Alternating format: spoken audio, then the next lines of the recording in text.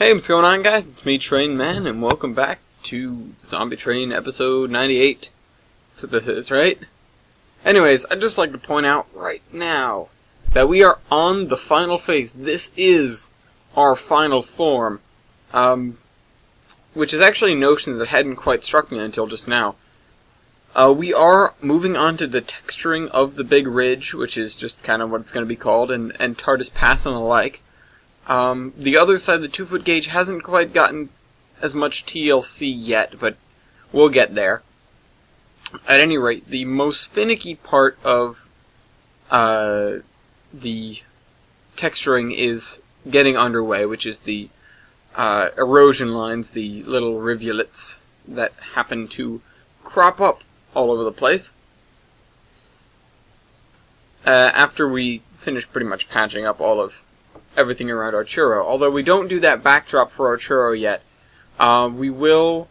It is in the plan to get that, at least the stretch of cliff from, I guess what you could call ground level or standard gauge level, up to the level of the narrow gauge. Now, if I wanted to make it a working area, I could extend it out a little bit more, without actually working too much more into the tile I'd be forced to put down to do it. But what I mean is, the 3-foot gauge coming out of the Arturo pulp mill runs up its little incline and then pretty much dead ends. There's not very much room there to execute a switchback maneuver, which is kind of what you need in a lot of cases if you're going from here to, well, a lot of places. But first things first, we kind of bang out this edge line here.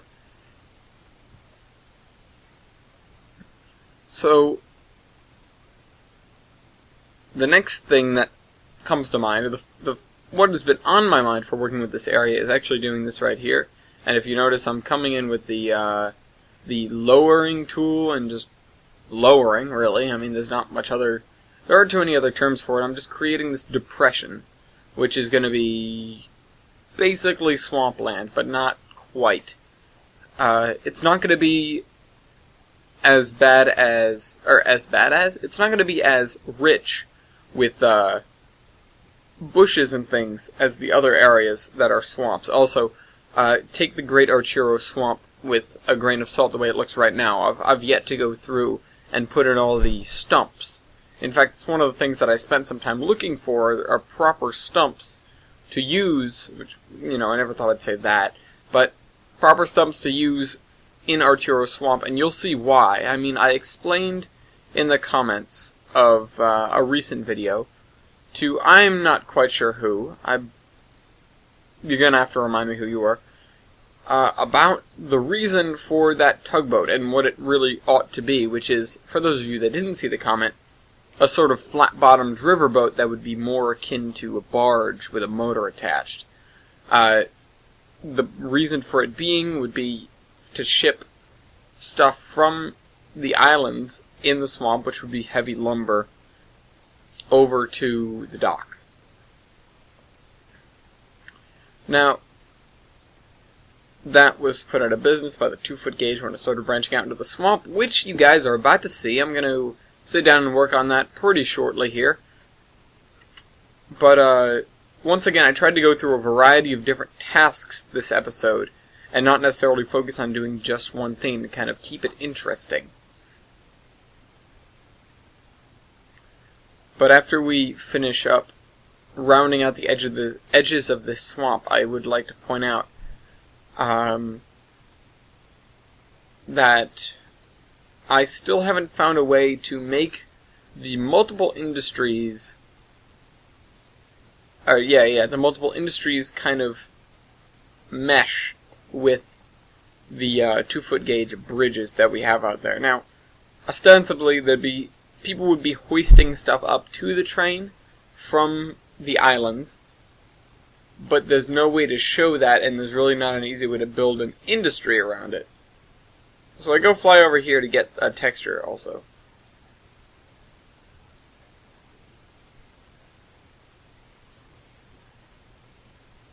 I'm kind of just watching that flight maneuver kind of reminded me how big this route has gotten, and even though it, in the grand scheme of things, is pretty small, does not.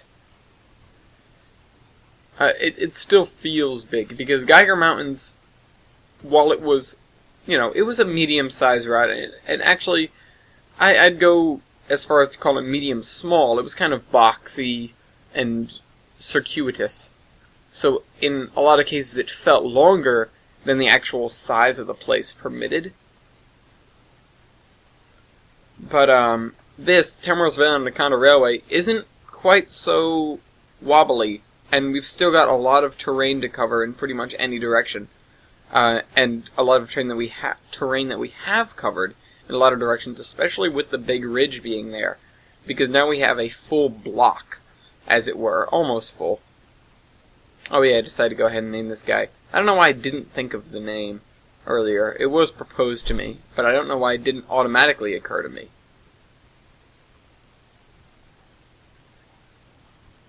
Anyways, on the subject of the intro, which is something that just came to mind, I have found the song that I'm going to use, although I'm still not quite sure how I'm going to set it up. It's going to be interposed with images, or video clips, I should say, of Marias Pass, as this intro is, part of the Toronto Raillands. Also, I spent a decent amount of time in this area here. You may notice that this isn't quite as frenzied as recent videos have been. I didn't make enough footage to justify knocking it up to 300% speed.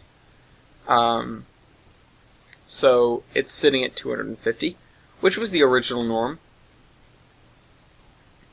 And I should probably sit down and record more time-lapse if I get the chance, because thanks to my being a little bit sickly, I didn't do as much time-lapse in this past little while.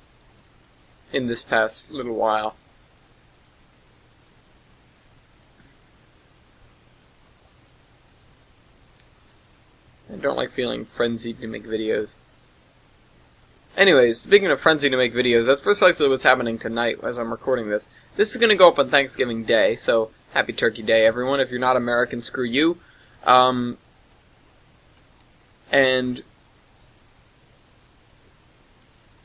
This is actually might be the first time I remembered what the holiday would be when this video would be coming out, ever since I started making videos not on the day, which is, kind of,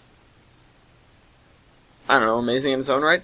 It just happens to be that it's coming out on Thursday, and this is the video that I'm recording right now when I remembered it. And, that's that. And I burned away quite a few minutes while I was working on this, this slope here. This is just one more triangle of area that we've gotten into. And there's only one more serious section on this side, which we do manage to wrap up. So this side of the mountain, for all intents and purposes, is done now. And that's actually quite good, because now it means that there's less terraining for us to do. And even more than that, it just makes me feel good with the fact that, we finished it up.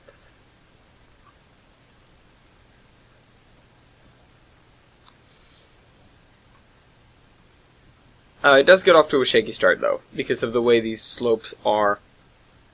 We still don't... we thankfully, though, don't cut into the forest very much. I mean, there's an exception. But we're gonna... When we come back and do the texturing, things are gonna be a little bit different. As for where the boundaries of things are, or where they appear to be. Again, when we're this far over here, away from the tracks, it doesn't matter that much. It doesn't matter a huge amount what everything looks like, and I'm basically doing it for completionist's sake. I believe, as I mentioned it in the past. I almost said in the future. No. I'll probably mention it in the future. I mean, I can't. That's venturing into some territory that'd best be saved for the Admiral Ellis channel, wouldn't you think? Anyways. we're going to wrap up this side of the mountain right now, and then we head on to the potentially even more boring section, which is getting those lines in, but it's not nearly as tedious, and it's very hard to screw up, because basically it doesn't matter what it looks like as long as it looks good. And this stuff, I'm trying to make it look like something. For example, a mountainside, instead of a bunch of things laid down by terrain tracks.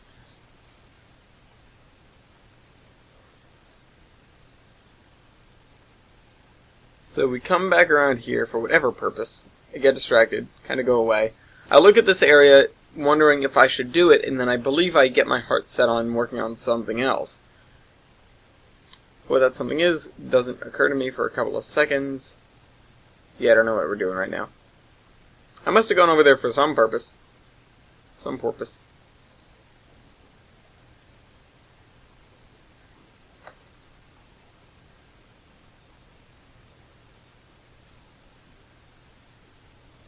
Trying to grab this this rocky stuff. There we go.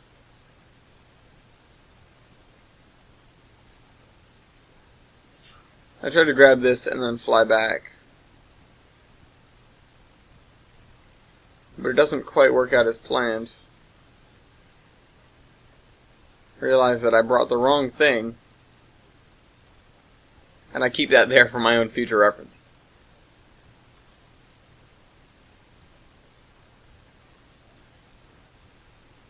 So I start going over the striations as I normally do. This is kind of typical procedure here, and this is basically how the rest of the video goes, because this is now the big project. We've gone from terraining being the main focus to texturing being the main focus, with, a lot of scenicking on the side, but we've done a little bit of that. You know what, there needs to be a verb. Scenicking is probably too broad of a term to use to describe just the placing of buildings and trees and things. So we have terraining, which is to build terrain. We have texturing, which is, of course, to put the texture down. I figure scenicking should be a larger category that encompasses both of those things, as well as buildinging. No. It's another name for scenery. Eye candying. No, it's not right.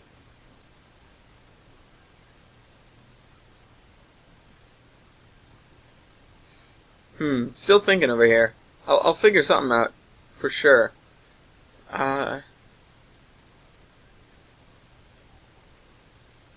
It escapes me. There's a word that I'm looking for, and I know it exists, but what it is right now escapes me. Decorating. Yeah, I guess that could work, but it's not nearly as out there as I'd hope it to be. Decorating. Nah, decorating the layout sounds a little too, I don't know, gaudy, I guess. Like we're putting, Christmas lights on it or something. That's what decorating makes me think of right now. However, decorating is kind of a good word for it. But scenic is everything, that's for sure. So we've just been doing scenicking, and the other thing is track laying. And that encompasses basically everything else. You're either scenicking or you're track laying. No, there needs to be a bigger term for track laying. You're layouting. You're layouting. Yeah, that's good. You're layouting, and you can be track building. What did I say? Track making? Track laying. Industrying. Programming. I don't know, that'd be session making. I don't know. We need more terms for all these things. We definitely do. But for now, I'm going to stick by my statement that scenicking applies to not necessarily buildings and trees. It applies to texturing, terraining, everything that doesn't directly have to do with the tracks themselves. I noticed some oddities when I was working on that earlier, so I went and patched it up with the ground tool.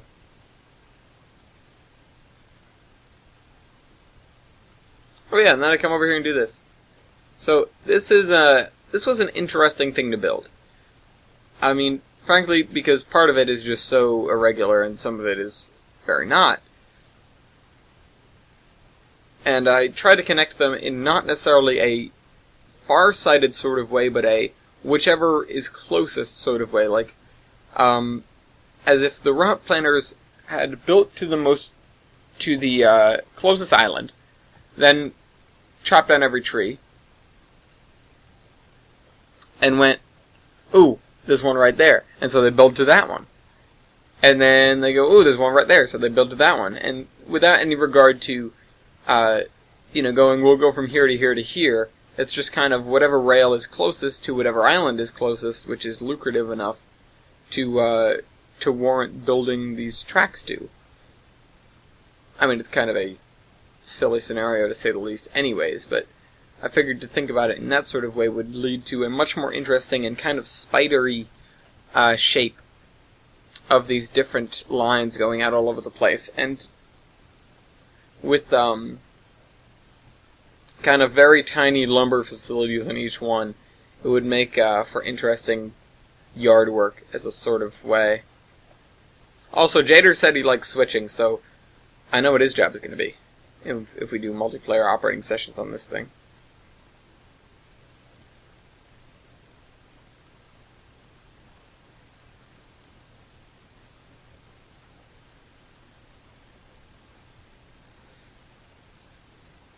Actually, on that note, I might want to pull from old operating sessions to wonder, or to give an example for what an op session on the Timorous Vale and Anaconda Railway would look like. If we use what we just have, we'd probably have people running stuff from Arturo to Tamaros, dropping it off, picking up something else, bring it back to Arturo. We'd have somebody managing Tamaros Yard, and we'd have someone running stuff from Tamaros to Galgora, as well as somebody going over up Caps Junction and through Skyfall Ridge, or rather, really from Sisqueaka, because there's nothing to be had in Caps Junction. You've got your Grizzly Lumber up there, which isn't quite there yet, and then there's nothing else there. It's just bad grades all the rest of the way.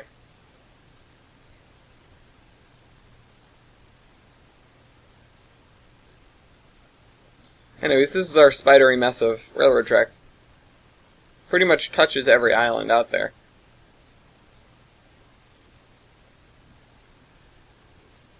Except for that one.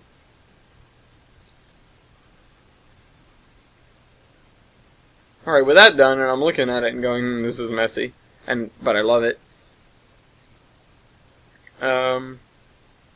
Just kind of take a look at some other stuff, wonder where else I could stretch these out to, conclude that there's really nowhere else, and thus, of course, go back to what I was doing before, and leave me without too much interesting to talk about as I go ahead and work on these mountainous regions. I mean, there of course comes the problem of where to divvy the mountain from the non-mountain land. Like, what land is going to be rock, and what land is going to be dirt. I mean, really, it's kind of arbitrary. I suppose you could... Theoretically, you could do it by something like gradient, or even elevation. Speaking of elevation, we need to figure out if these things would be snow-capped or not. If they're not going to be snow-capped, then we're probably going to have to pull the snow cap off of Capst Peak. Because that's, not Capst Peak, Sterling Hill. Sterling Mount. So I get down to areas where, basically, I've done a good job, and thus the striations are exceptionally subtle, and I have trouble following them. I mean, I guess every work has to have some downside, despite the fact that it would have, One of the downsides would be that I spent extra time on it. But another one, apparently, is the fact that I didn't bother to consider that those striations, or some of them, should be there. And now I'm having to kind of wing it, as it were. Oh, thank God for undo sometimes, huh? Some of these striations, of course, don't go all the way to the surface, and some areas that should obviously be striations I'm avoiding making so that I can come back with the mud and do it with them, because they'd be kind of water channels instead of cliff faces. I start to work along here, and I probably should have gone farther, because that area right there would have been one of the easiest areas to knock out, and it's probably what I'm going to start off next video with. Just straight from there all the way back along to the end of Temaros, or the north end. The slope that's eventually going to turn into a pretty substantial mountain that separates Arturo from places like Halfstone Cliffs. Although I'm not sure there's anything except for a couple of random bits of track directly between Arturo and the water. I mean, I'm not 100% sure, and I probably wouldn't put any money on it. But it's a distinct possibility.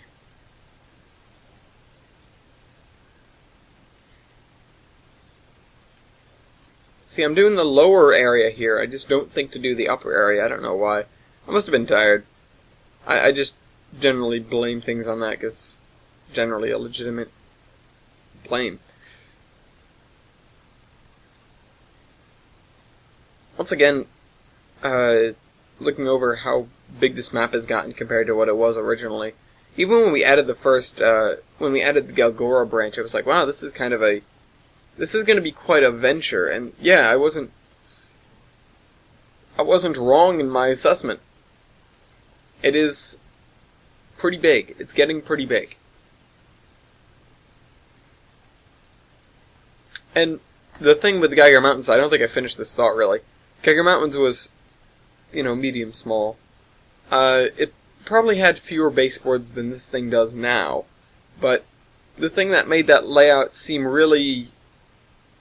Not made it seem small, but didn't make it seem big, was the lack of overall terrain. Because a lot of the areas were just plain flat, or they had maybe one mountain face or one hill. It was stuff that I saw on, for example, TJ's layout a lot, where he knew where he wanted his tracks to go, and he built up the ground to the track. However, he didn't quite have he didn't have any of the terrain features in place. I mean, every once in a while you'd see a rock face, or the beginnings of a mountain, but for the most part, it was just tracks on their little causeways, and that's pretty much what it was in a lot of cases for Geiger Mountains.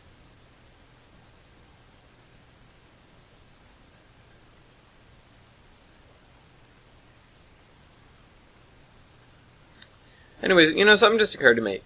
He had a layout with very few yards and very, very long distances between those yards. Of course, it was pretty realistic. Except for some of the stuff. Except for the actual terraining and stuff, it was pretty realistic. In terms of scale. As we've probably all had to come to terms with, the Temaros Vale and Anaconda isn't very realistic in terms of very much at all. It's just more of a interesting model layout than anything. Also, I will point out that I lessened the grade on Tardis Pass. Not over the whole thing, but just at the summit. I felt like it was a little too pointy, and I decided to bring it down a little bit. And I could have done a better job at it, but it was just sort of a very subtle thing where I brought the middle point down slightly. This building caught my eye for no reason at all. I was just wondering if it was its own or if it was attached to the power plant, because if it was attached to the power plant, I was going to become very confused with what exactly the power plant was going for in terms of scenery.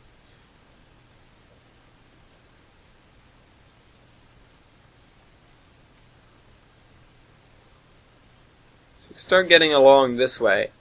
This is one of the things where I should have picked a section and just polished that off instead of going, you know what, I'm just going to do the striations on the whole mountain right off the bat. It's probably the most mentally intensive work out of everything we have to do in terms of texturing, which is, not saying very much, to be honest. Because it's just picking and choosing where these are going to be. Which is following these very subtle shadows along the mountainside, which honestly I could use the wireframe view for, but then I wouldn't know where I'm laying down the terrain, or the texture. Also, wireframe is kind of blinding if you've ever used it. It just turns the white background and all the, it turns everything except for the terrain lines, the grid lines, white. And it turns the grid lines a bright blue. And by white I actually should say transparent, because that's what it does instead. Not white, necessarily.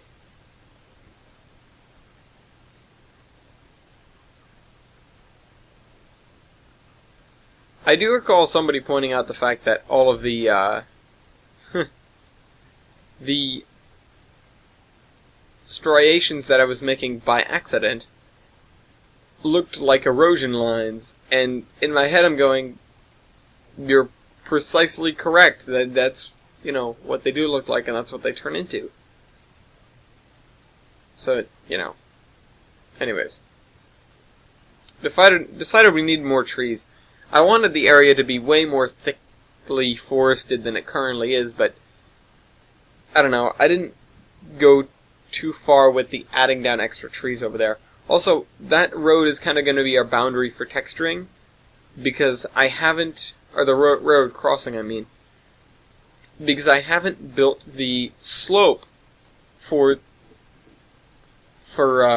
that narrow gauge section that's currently kind of a switchback, which will of course be continuing.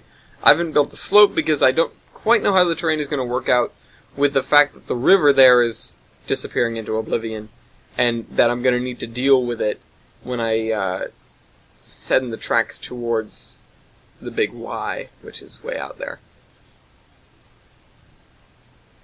But yeah, always trees. Trees are a good thing.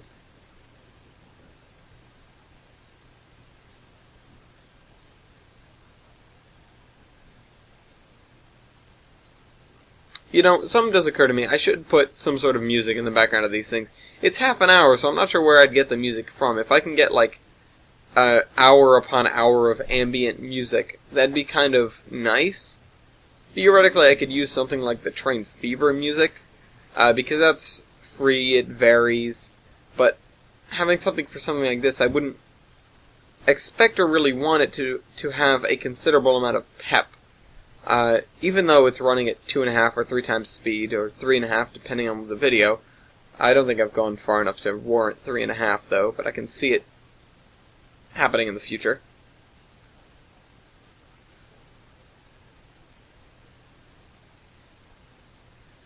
Where am I? Trying to figure it out. Oh, I know where I am. Okay. Just confused a little bit there. So, we'll be wrapping up in a couple of minutes here, so I'm really not sure. I don't really have any closing statements. There's nothing groundbreaking that we had, or any questions that I have to ask you very seriously. So, I'll have that intro out for you probably in a couple of weeks. Hopefully on episode 100, that's what I'm aiming for, but things happen, and I may not have it that day. At the very least, I have the song, and I pretty much know what I'm going to do. I just need to kind of take notes on how long I want the intro to be, where in the song. Of course, it's going to be an abridged version of what the actual intro would be for the past, because the past would come complete with voice acting credits and the like. And this I come here and I want stump, so I look through the stumps. I don't actually use them yet. Complete with voice acting credits and various things of that sort. This, I know I could stretch it out to be maybe even 40 minutes? No. 40 seconds, or even a whole minute, but I wouldn't want to go that far. just because it's just an intro for a series and not a movie. Never noticed. Wow, I'm dumb. I was about to say never noticed how fast those clouds go, but this is 2.5 times speed, so this has no bearing on how fast the clouds are traveling. Well, it does. They're traveling 2.5 times faster than they normally do.